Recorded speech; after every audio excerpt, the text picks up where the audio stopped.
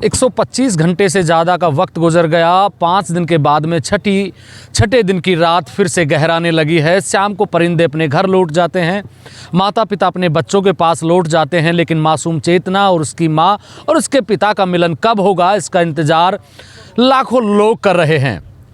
प्रशासन पिछले 5 दिन से रेस्क्यू ऑपरेशन चला रखा है और आज अगर देखें तो प्रशासन ने बेहतरीन काम किया है। नेता भी अब समय देने लगे हैं, पूरी मॉनिटरिंग करने लगे हैं। कोटपुतली विधायक हंसराज पटेल यहां सुबह से मौके पर मौजूद रहे। साथ ही साथ यहां से सांसद राव राजेंद्र सिंह अब शाम को 2 घंटे का वक्त देकर गए हैं और प्रशासन से बारीकी से पूछताछ करके गए हैं कि रेस्क्यू ऑपरेशन कहां तक चला।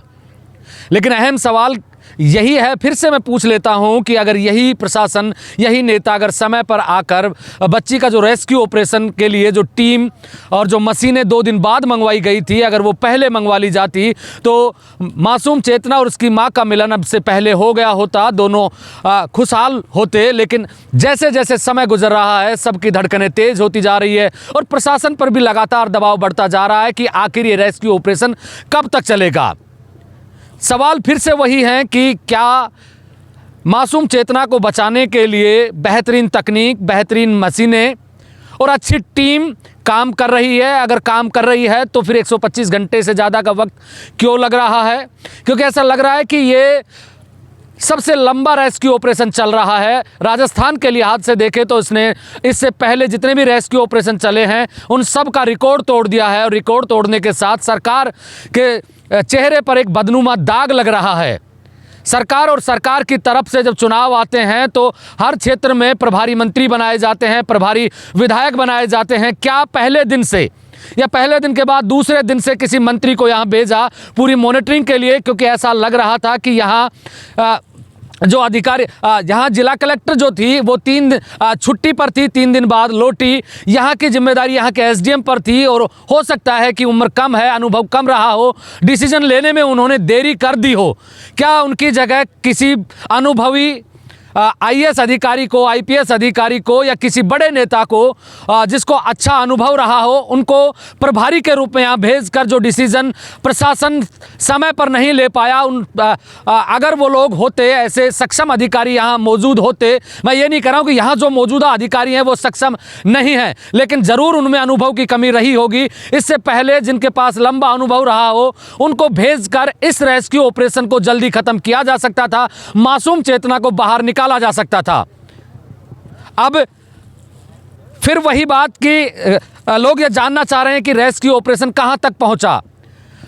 मैं फिर से वही बात बता देता हूं कि जिस बोरवेल में चेतना फंसी हुई है उसके 8-10 फीट की दूरी पर एक दूसरा बड़ा बोरवेल बनाया गया है मशीनों के द्वारा। उसमें पाइप डालकर अब रेस्क्यू जो टीम है, एनडीआरएफ के जो लोग हैं उनको नीचे उतार कर जो दोनों बोरवेल हैं उनके बीच में एक एल शेप में खुदाई चल रही है। खुदाई होने में इसलिए दिक्कत आ रही है कि अमूमन 150 और 60 फीट के नीचे यहाँ पत्थर आने लगता है और पत्थर की खुदाई बड़ी आसान नहीं होती। अगर बाहर खेत में खुदाई की जाए या बाहर पत्थर को तोड़ा जाए तो आसानी होती है, लेकिन अंदर 2.5-3 फीट के पाइप में खड़े होकर उसको तोड़ना आसान नहीं होता। तो प्रशासन ने ड्रिल मशीनें मंगवाई गई हैं, पत्थर काटने की मशीनें मंगवाई है, जिनके सहारे सुबह 9:30 बजे से लेके अब तक पत्थर काटने का काम चल रहा है।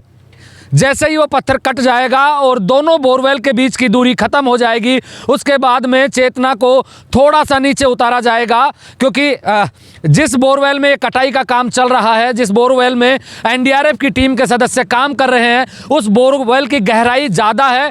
तो जैसे ही वो एल शेप में दोनों बोर मिल जाएंगे उसके बाद में चेतना को थोड़ा सा नीचे उतारा जाएगा और उसके बाद में रेस्क्यू टीम के जो लोग हैं चेतना को तुरंत बाहर निकालकर हॉस्पिटल लेके जाएंगे।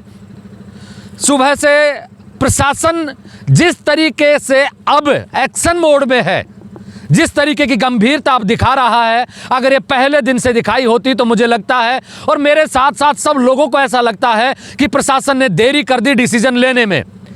मैं सरकार से सवाल करता हूं कि सरकार के ऊपर बैठे हुए नेताओं को क्या हो गया, जब एक मासूम पिछले 5 दिन से ज़्यादा के वक्त हो गया है, बावजूद इसके कोई मंत्री मौके पर नहीं पहुंचा है।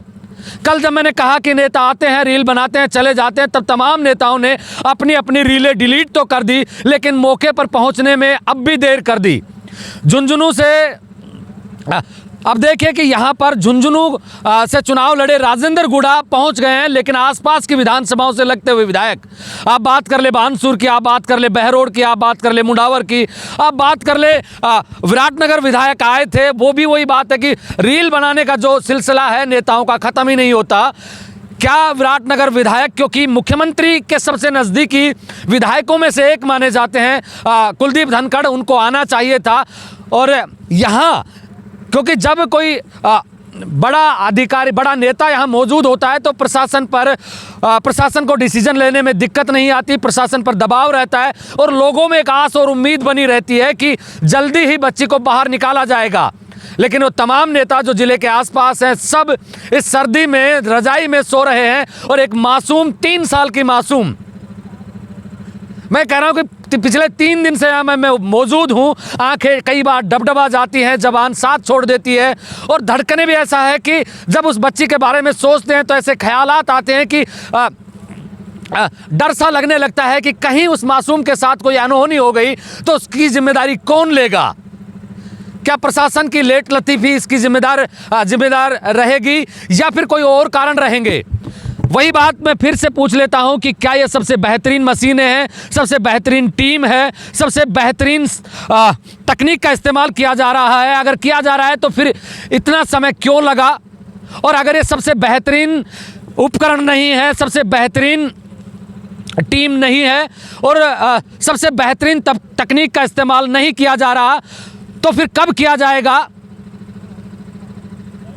किस बात का इंतजार किया जा रहा था। लेकिन दूसरी बात कि जिला कलेक्टर महोदय, एसडीएम और जो नगर परिषद के ईओ हैं वो यहाँ मौके पर सुबह नहीं, पिछले कलेक्टर महोदय जब से यहाँ आई हैं तब से यहाँ लगभग मौके पर रहने की कोशिश कर रही है। एसडीएम जो यहाँ लगे हुए हैं उन्होंने लगभग ही शायद यहाँ 2 मिनट के लिए भी मौका छोड़ा हो, और जो यहाँ नगर परिषद के ईओ हैं उनको भी 24 घंटे यही देखा जा रहा है।